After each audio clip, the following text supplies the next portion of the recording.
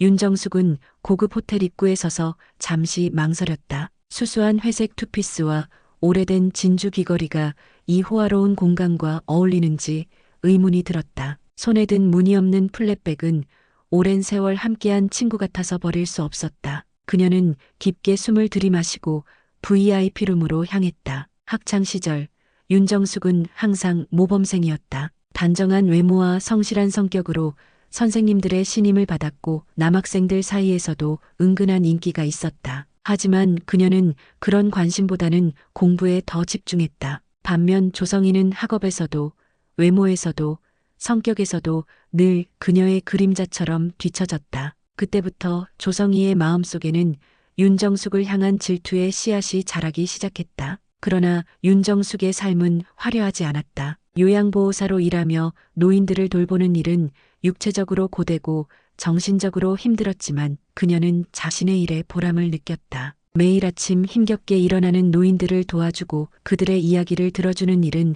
그녀에게 작은 행복이었다. 그녀의 따뜻한 손길과 진심 어린 위로는 많은 노인들에게 위안이 되었다. 호텔 로비를 지나는 동안 윤정숙의 발걸음은 조용했다. 요양원에서 늘 조심스럽게 걷는 습관이 몸에 배어 있었다. VIP룸 문 앞에 다다르자 이미 안에서 들려오는 웃음소리가 그녀를 반겼다. 문을 열자 화려한 옷차림의 여성들이 한데 모여 있었고 그 중에서도 조성이의 목소리가 가장 우렁찼다. 우리 남편이 이 호텔 대표야. 그래서 이런 VIP룸도 쉽게 잡을 수 있었지. 조성이는 자랑스럽게 말하며 공간을 장악하고 있었다. 윤정숙은 이 자리에 참석하기 위해 많은 고민을 했었다. 전화로 조성이는 친한 친구처럼 다정하게 말했지만 그녀는 그 말투 아래 숨겨진 의도를 어렴풋이 느낄 수 있었다. 정수가 이번에 꼭 와. 너 아니면 우리 모임이 안 되지. 남편도 함께 데려와. 다들 궁금해라는 말을 그녀는 여러 번 반복했다. 거절하려 할 때마다 옛 친구들 보기 싫어? 요즘 잘 살아서 우리 같은 친구들은 만나기 싫은 거야? 하며 그녀의 마음을 흔들었다. 윤정숙은 조용히 입장했다. 그녀의 존재를 먼저 알아챈 것은 박미연이었다. 박미연은 눈을 크게 뜨며 손을 흔들었다. 정수가 왔구나. 재혼했다며? 혼자 왔어? 박미연의 목소리에는 가식적인 친근함이 묻어 있었다. 박미연 역시 학창시절 늘 평범했던 인물로 정숙에 대한 묘한 열등감을 품고 있었다. 윤정숙은 부드러운 미소를 지으며 고개를 살짝 숙여 인사했다. 네, 반갑습니다. 남편은 오늘 약속이 있어서 조금 늦을 것 같습니다. 조성이는 윤정숙을 위아래로 훑어보더니 입꼬리를 올렸다. 급이 좀 안 맞는 느낌? 그녀의 말은 주변 사람들에게 들리지 않을 정도로 작았지만 윤정숙의 귀에는 또렷하게 들려왔다. 윤정숙은 그저 미소로 대답했다. 오랜 시간 노인들을 돌보며 익힌 인내심이 그녀의 표정에 스며들어 있었다. 요양보호사로 일하면서 그녀는 다양한 성격의 노인들을 만났고 때로는 억울한 상황에서도 참고 견디는 법을 배웠다. 그녀는 조용히 자리에 앉았고 주변의 시선이 자신에게 모이는 것을 느낄 수 있었다. 조성이의 마음속에서는 승리감이 피어올랐다. 오랫동안 그녀는 이 순간을 기다려왔다. 그동안 그녀는 남편의 성공을 등에 업고 화려한 삶을 살았지만 마음 한구석에는 항상 학창시절 윤정숙의 그림자가 있었다. 사람들이 항상 칭찬하던 윤정숙의 겸손함과 성실함을 그녀는 가식이라고 여겼다. 이번 동창회를 통해 그녀는 자신의 화려한 삶을 과시하고 윤정숙의 콧대를 꺾어 놓으려는 계획을 세웠다. 조성이는 자신의 명품 핸드백을 테이블 위에 올려놓으며 윤정숙의 가방을 흘깃 쳐다보았다. 정숙 씨 것도 가방은 있긴 하네. 브랜드가 안 보여서 몰랐어요. 그녀의 말에는 비웃음이 묻어 있었다. 의도적으로 반말에서 존댓말로 바꾸며 상대를 깎아내리는 어조였다. 이를 놓치지 않고 박미연이 거들었다. 빈티지? 요즘엔 그게 유행인가 봐. 그들의 웃음소리가 VIP룸을 채웠다. 박미연과 조성이는 계속해서 서로 눈빛을 교환하며 윤정숙을 조롱했다. 윤정숙은 담담한 표정으로 가방을 무릎 위에 올려놓았다. 그냥 오래 써서 정든 가방이에요. 익숙해서 좋아요. 그녀의 목소리는 차분했지만 마음속으로는 작은 파도가 일고 있었다. 요양원에서 일하며 때로는 가족보다 더 차갑게 대하는 노인들을 만났기에 이런 무시는 익숙했다. 하지만 오랜 친구들에게서 느껴지는 날카로운 시선은 여전히 그녀의 마음을 아프게 했다. 그녀는 조성이가 왜 자신을 이토록 미워하는지 이해할 수 있었다. 학창 시절 조성이는 항상 그녀를 질투했다. 노력해도 따라잡을 수 없는 성적, 자연스러운 인기, 그리고 늘 진실된 마음으로 대하는 태도까지. 윤정숙은 물잔을 들어 한 모금 마셨다. 그녀의 손끝이 미세하게 떨렸지만 그녀는 평온한 표정을 유지했다. 요양원에서 노인들을 대할 때 항상 침착함을 유지해야 했던 습관이 지금도 그녀를 지탱하고 있었다. 주변의 동창들은 하나둘 조성이와 박미연의 대화에 웃음을 보태기 시작했다. 윤정숙은 그들의 말을 들으며 자신의 인생을 돌아보았다. 그녀는 항상 소박하게 살아왔고 화려함보다는 진실된 마음을 중요시했다. 재혼한 남편 백승철은 그런 그녀의 모습을 사랑해 주었다. 그는 겸손하지만 위험 있는 사람으로 그녀에게 늘 존중과 사랑을 보여주었다. 정숙이 너 요즘 뭐해? 아직도 그 요양원에서 일해? 박미연이 물었다. 그녀의 말투에는 요양보호사라는 직업을 낮게 보는 뉘앙스가 담겨 있었다. 윤정숙은 미소 지었다. 네, 아직 요양원에서 일하고 있어요. 어르신들의 마지막을 함께할 수 있어 보람을 느낍니다. 아직도 그렇게 착한 척이야?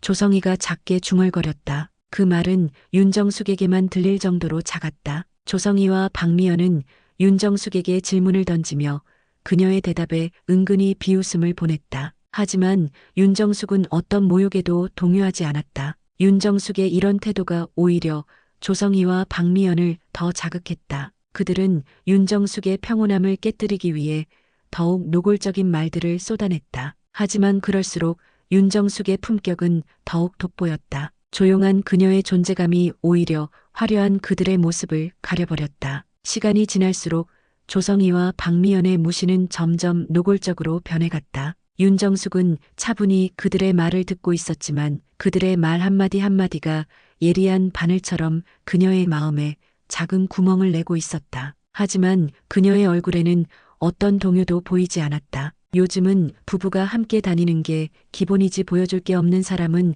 혼자 오는 거고.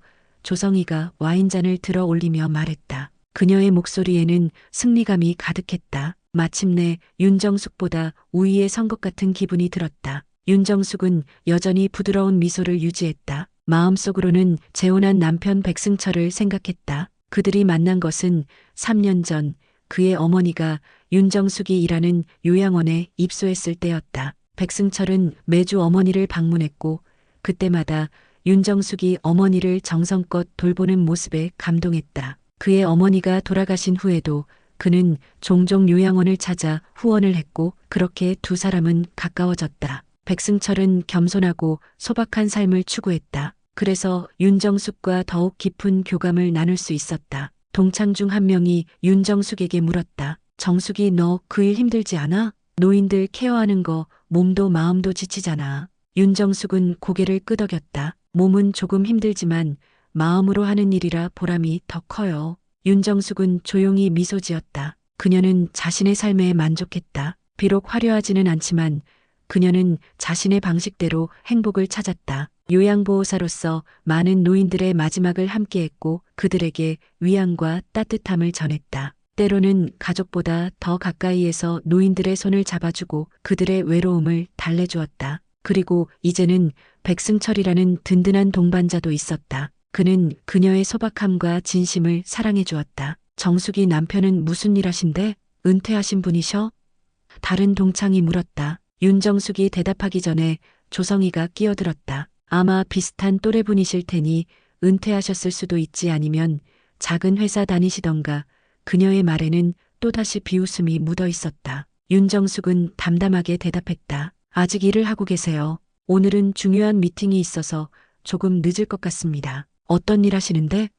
박미연이 캐물었다. 윤정숙은 간단히 대답했다. 무역업이에요. 그녀는 남편의 정확한 직위나 회사 규모를 언급하지 않았다. 불필요한 과시는 그녀의 스타일이 아니었다. 그리고 백승철도 그런 그녀의 모습을 사랑했다. 그는 늘 말했다. 당신의 겸손함이 이 복잡한 세상에서 나를 숨쉬게 해라고. 이때 호텔 VIP룸의 문이 열리고 중년 남성이 들어왔다. 조성희는 자리에서 일어나 그에게 달려가 팔짱을 끼웠다. 여러분, 우리 남편이에요. 이 호텔 대표죠. 그녀의 목소리에는 강한 자부심이 묻어 있었다. 그녀에게 남편의 지위는 가장 큰 자랑거리였다. 조성희의 남편은 자신감 넘치는 표정으로 모두에게 인사했다. 아내 친구분들을 만나게 되어 반갑습니다. 이 방은 우리 호텔에서 가장 좋은 VIP룸이에요.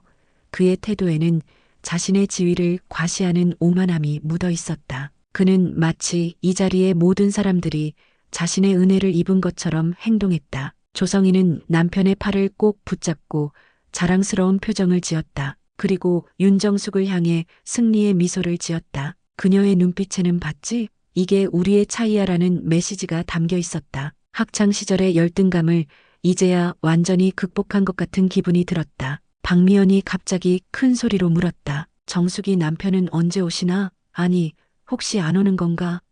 그녀의 목소리에는 교묘한 놀림이 숨겨져 있었다. 마치 윤정숙의 남편이 실제로 존재하지 않거나 그들 앞에 내세울 만한 인물이 아니라고 암시하는 것 같았다. 모든 시선이 윤정숙에게 쏠렸다. 그녀는 평온한 표정으로 다시 물을 마셨다. 고개도 표정도 말투도 흔들리지 않았다. 그녀는 자신을 향한 모욕적인 시선에도 평정을 유지했다. 오랜 세월 동안 요양원에서 때로는 난폭하게 구는 노인들을 상대하며 그녀는 자신의 감정을 다스리는 법을 배웠다. 상대의 수준으로 내려가지 않는 법을 알고 있었다. 곧 도착할 겁니다.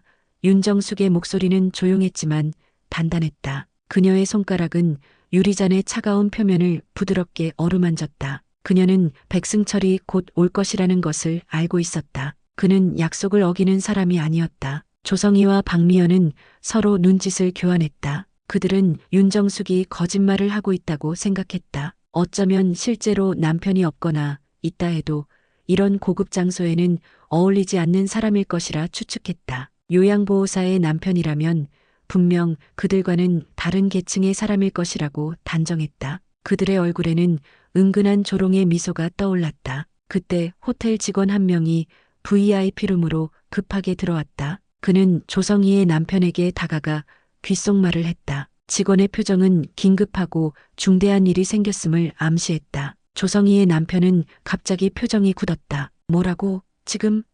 그의 목소리에는 당황스러움과 불안이 묻어 있었다. 그는 직원의 말을 믿지 못하겠다는 듯 반복해서 물었다. 지금 백 회장님이 오셨다고? 여기에? 그의 말에 조성희는 혼란스러운 표정을 지었다. 무슨 일이야? 그녀는 남편의 팔을 잡아당기며 물었다. 하지만 그는 대답하지 않고 문 쪽을 바라보기만 했다. 호텔 입구에서 특별한 소동이 일어나고 있었다. 전 직원이 기립해서 누군가를 맞이하고 있었다. 그들 사이로 한 남자가 조용히 걸어오고 있었다. 그는 단정한 정장 차림에 깊은 눈빛을 가진 백승철이었다. 비록 나이가 들었지만 그의 걸음걸이에는 자신감과 위엄이 깃들어 있었다. 그는 누구에게도 허리를 굽히지 않았지만 모든 사람이 그에게 허리를 굽혔다. 백승철은 윤정숙을 향해 걸어왔다. 그의 걸음걸이에는 자연스러운 위엄이 느껴졌고 그가 지나가는 길에 모든 직원이 허리를 굽혀 인사했다. 그들의 표정에는 존경과 긴장이 동시에 묻어 있었다. 이런 반응은 단순한 호텔 손님에게 보이는 예의가 아니었다. 그것은 절대적인 권위자를 향한 공경이었다. VIP룸의 문이 열리자 모든 사람의 시선이 그에게 집중되었다. 백승철은 조용히 방 안으로 들어왔다. 그의 존재감은 방 안의 공기를 완전히 바꿔놓았다. 그가 들어오자 모든 대화가 멈추었고 모든 시선이 그에게 쏠렸다. 조성희와 박미연은 멍한 표정으로 그를 바라보았다. 그들은 이 남자가 누구인지 직감적으로 알았지만 믿기 힘들었다. 백승철은 신문과 경제 잡지에 자주 등장하는 인물이었다. 글로벌 물류그룹의 회장으로서 그는 국내 재계 서열 상위권에 속하는 인물이었다. 조성희의 남편은 황급히 앞으로 나와 인사했다. 회장님, 이런 자리에 직접 오시다니요. 그의 목소리는 떨렸고 이마에는 식은땀이 맺혔다. 그는 백승철을 직접 만난 적은 없었지만 그가 자신이 운영하는 호텔 건물의 실소유주임을 알고 있었다. 사실상 그는 백승철의 직원이나 다름없었다. 백승철은 아무 말 없이 고개를 숙이며 인사하자 조성희의 남편은 한 걸음 물러서며 고개를 숙였다. 그는 감히 백승철의 눈을 직접 바라볼 수 없었다. 그의 아내인 조성이는 남편을 바라보다 이내 시선을 떨구었다. 그녀의 얼굴은 창백해졌고 손에 든 와인잔이 미세하게 떨렸다. 백승철은 윤정숙에게 다가가 부드러운 미소를 지었다. 그의 표정은 방 안의 다른 누구에게도 보여주지 않은 따뜻함으로 가득했다. 기다리게 해서 미안해요. 당신 얼굴 보러 오는 길은 언제나 설레네요. 그의 말은 조용했지만 방 안의 모든 사람이 들을 수 있었다. 그의 말투에는 윤정숙을 향한 깊은 존중과 사랑이 담겨 있었다. 그것은 단순한 연륜이나 지위에서 오는 것이 아닌 진심에서 우러나오는 애정이었다. 호텔 지배인이 서둘러 다가왔다. 그의 표정은 극도로 긴장되어 있었다. 회장님, 별실을 준비해 두었는데요. 그는 백승철에게 보다 격식 있는 공간을 제공하고 싶었다. VIP룸도 좋았지만 회장을 위한 별도의 공간은 항상 마련되어 있었다. 백승철은 겸손하게 고개를 저었다. 아내가 이 자리에 있고 좋은 분들과 함께 있다면 이곳이면 충분합니다. 그의 목소리는 낮고 차분했지만 강한 확신이 담겨 있었다. 그의 말에 지배인은 깊이 고개를 숙이고 물러났다. 조성희의 얼굴이 창백해졌다. 그녀는 말없이 표정만 굳었고 바닥만 바라보았다. 방금 전까지 자신의 남편을 내세워 자랑하던 그녀의 모습은 온데간데 없이 사라졌다. 그녀는 윤정숙이 이 모든 상황을 예상하고 있었다는 것을 직감했다. 하지만 윤정숙은 그들의 무시와 조롱에도 불구하고 그것을 드러내지 않았다. 박미연도 당황한 기색이 역력했다. 그녀의 손은 떨리고 있었고 얼굴은 붉게 달아올랐다. 그녀는 자신이 얼마나 어리석게 행동했는지 후회하기 시작했다. 하지만 이미 돌이킬 수 없었다. 그녀는 윤정숙에게 시선을 돌렸다. 윤정숙의 얼굴에는 여전히 평온한 미소가 있었다. 그 미소에는 어떤 복수심이나 우월감이 없었다. 오직 따뜻한 이해만이 있었다. 백승철은 윤정숙의 옆자리에 앉았다. 그는 자연스럽게 그녀의 손을 잡았다. 그의 손은 크고 따뜻했다. 윤정숙은 그의 손에서 안정감을 느꼈다. 백승철의 몸짓에는 오만함이 없었다. 오직 절제된 품위와 따뜻함만이 느껴졌다. 그의 존재만으로도 방 안의 분위기는 완전히 달라졌다. 조성희의 남편은 불안한 표정으로 자리에 앉았다. 그는 백승철을 향해 계속해서 고개를 숙였다. 그의 태도는 전과 달리 극도로 조심스러웠다. 그는 자신의 아내가 윤정숙을 무시했다는 사실이 백승철에게 알려질까 두려워했다. 그것은 그의 경력에 치명적인 영향을 미칠 수 있었다. 이번 분기 호텔 운영 상황은 어떻습니까?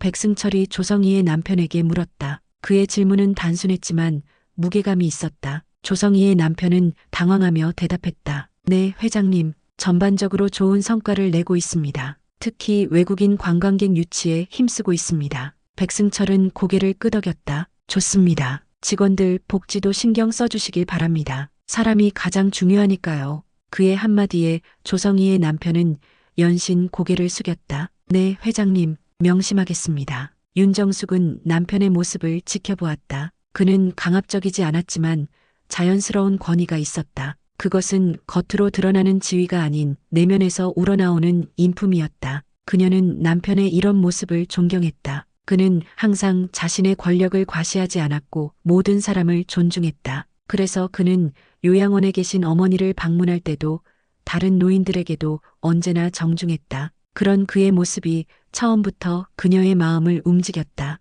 방 안에 침묵이 흘렀다. 모두가 백승철의 존재에 압도되어 말을 잇지 못했다. 그러나 백승철은 그 침묵을 무겁게 만들지 않았다. 그는 자연스럽게 와인을 한 모금 마시며 분위기를 부드럽게 만들었다. 오랜만에 정숙의 친구분들을 만나게 되어 반갑습니다. 정숙이 학창시절 이야기를 종종 들었거든요.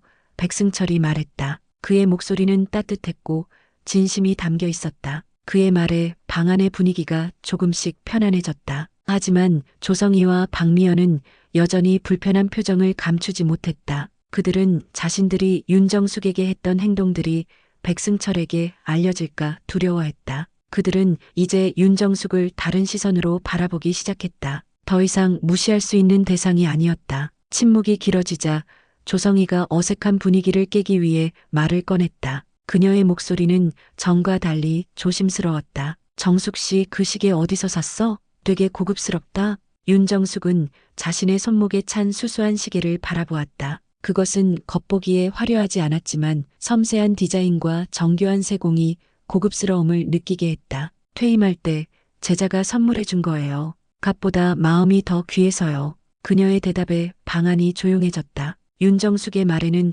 어떤 과시도 없었다. 오직 진심만이 담겨 있었다. 그녀에게 그 시계는 소망요양원에서 처음 돌보았던 노인이 돌아가시기 전 자신에게 준 선물이었다. 그 노인은 평생 시계 수리공으로 일했고 자신이 가장 아끼던 시계를 윤정숙에게 남겼다. 내가 시간을 다루다 생을 마감하지만 당신은 마지막 시간을 함께해주는 천사라는 말과 함께 백승철은 아내의 시계를 보며 미소 지었다. 정숙이 가장 아끼는 물건 중 하나죠. 브랜드 물건보다 더 소중하게 여겨요. 박미연이 작은 목소리로 말했다. 가방도 그냥 그런 거 아니었네. 윤정숙은 고개를 저었다. 시간이 지나도 좋은 건 물건보다 사람이 더 중요한 순간에 곁에 있었기 때문이에요. 그녀의 말에 조성희와 박미연의 얼굴이 붉어졌다. 그들은 윤정숙이 자신들을 비난하고 있다고 느꼈지만 그녀의 말에는 비난의 기색이 전혀 없었다. 단지 자신의 가치관을 담담하게 표현한 것뿐이었다. 그러나 그 말은 그들의 마음을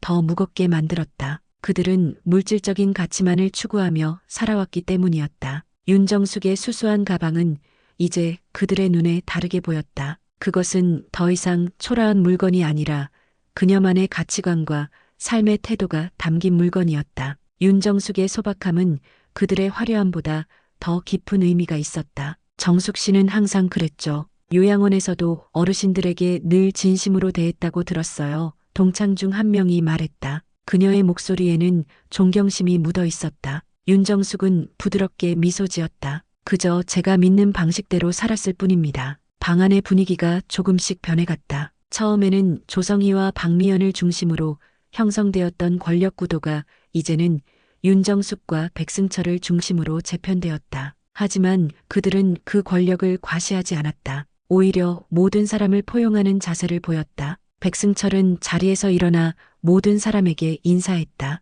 오늘 귀한 자리에 함께할 수 있어서 영광입니다. 정숙이 학창시절 친구분들을 만나게 되어 반갑습니다. 그의 말에 모두가 고개를 숙였다. 조성희의 남편은 백승철을 바라보며 존경의 눈빛을 보냈다. 회장님, 저희 호텔에 와주셔서 영광입니다. 백승철은 미소 지었다. 좋은 자리 마련해 주셔서 감사합니다. 이 호텔이 잘 운영되고 있어 기쁩니다. 조성희는 놀란 표정으로 남편을 바라보았다. 그녀는 이제야 백승철이 단순한 회사 회장이 아니라 그들이 있는 호텔의 실소유주라는 사실을 깨달았다. 그녀의 얼굴이 창백해졌다. 자신이 얼마나 어리석게 행동했는지 후회가 밀려왔다. 윤정숙은 주변을 둘러보았다. 그녀는 학창시절 친구들의 얼굴을 하나하나 바라보았다. 그들과 함께했던 추억들이 그녀의 마음속에서 되살아났다. 비록 오늘 일부 친구들이 그녀를 무시했지만 그녀는 그들에게 원망을 품지 않았다. 모든 사람은